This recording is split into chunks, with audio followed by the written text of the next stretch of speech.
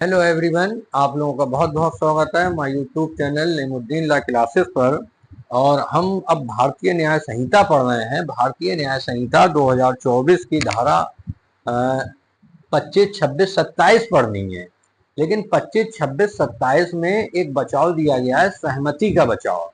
जैसे यदि कोई कार्य आपकी सहमति से होता है और उससे फिर आपको कोई इंजरी हो जाती है या कोई ऐसी असावधानी हो जाती है जो कि अनलीगल है या आपको क्षति पहुंचती है, तो उस स्थिति में क्या 25, 26, 27 में जो व्यक्ति कार्य कर रहा है उसे कोई बचाव मिलेगा?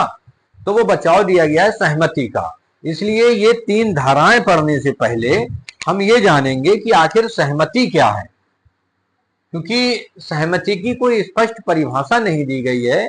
लेकिन फिर भी भारतीय न्याय संहिता यानी बीएनएस 2023 की धारा 28 में यह बताया गया है कि सहमति किस तरह से होती है, यानी किस तरह से एक लीगल सहमति मानी जाएगी।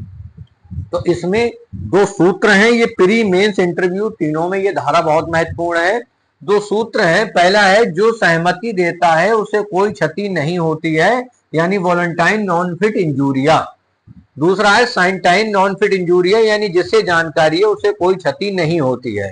तो हमेशा याद रखिए इसका बचाव दिया गया है वॉलंटाइन नॉन फिट इंजूरिया का, साइंटाइन नॉन फिट इंजूरिया का बचाव नहीं दिया गया है। क्यों नहीं दिया गया है? इसलिए नहीं दिया गया है, बहुत से कार्य जानकारी में होते हैं, लेकिन उस जानकारी में अगर कार्य से ये मान लिया जाए कि ये ठीक है तो बहुत से अपराध बढ़ जाएंगे। जैसे देह व्यापार का मामला है, दोनों की सहमति होती है तो इसको क्या अनलीगल किया जा सकता है, लेकिन जानकारी है कि ये अनलीगल है इसलिए इसको लीगल नहीं किया जा सकता। जैसे नशे का व्यापार है, जो नशा बेचता है वो भी जानता है ये हानिकारक है, जो नशा खरीदता है वो भी जानता है ये हानिकारक है, लेकिन ये दोनों ही चीजें अनलीगल हैं, यानी जानकारी इसका बचाव नहीं है।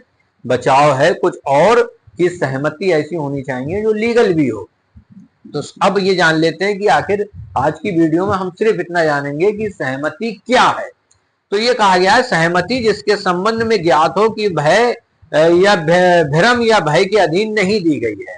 डायरेक्ट में बताता हूं धारा 28 में क्या कहा गया है। धारा 28 में ये कहा गया है कि सम्मति जिसके संबंध में यह ज्ञात हो कि भय या भ्रम के अधीन नहीं दी गई है। कोई सहमति ऐसी सहमति नहीं है जैसी संहिता के किसी धारा से आशयत है। ए बी सी 3 पॉइंट बताए गए हैं। ए पॉइंट है यदि वह सहमति किसी व्यक्ति ने क्षति के भय के अधीन या तथ्य के किसी भ्रम के अधीन, यानी दो चीजें, क्षति का भय और तथ्य का भ्रम के अधीन दी गई हो, और यदि कार्य करने वाला व्यक्ति यह जानता हो कि उसके पास विश्वास करने का कारण हो कि ऐसे भय या भ्रम के परिणाम स्वरूप वह सहमति दी गई है।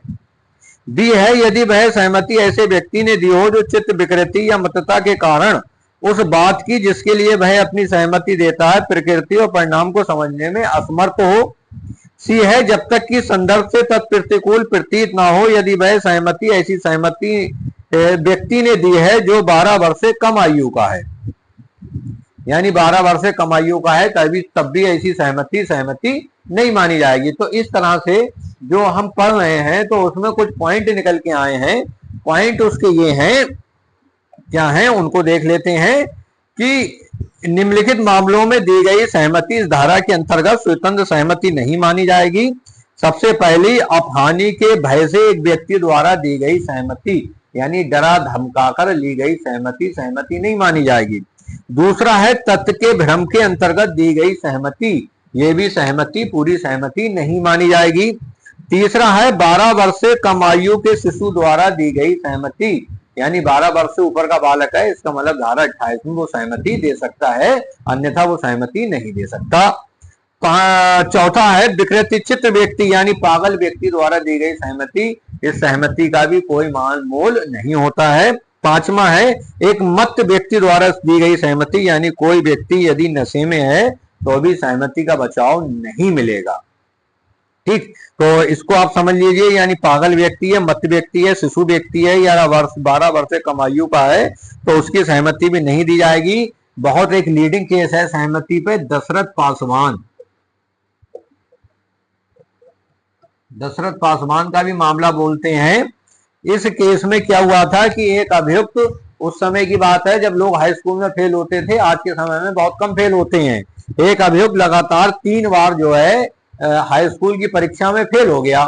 फिर उसने अपनी पत्नी से कहा कि अब मैं जो है जीना नहीं चाहता हूं, मरना चाहता हूं। पत्नी बोली पहले मुझे मार दो, उसके बाद आप मर जाना।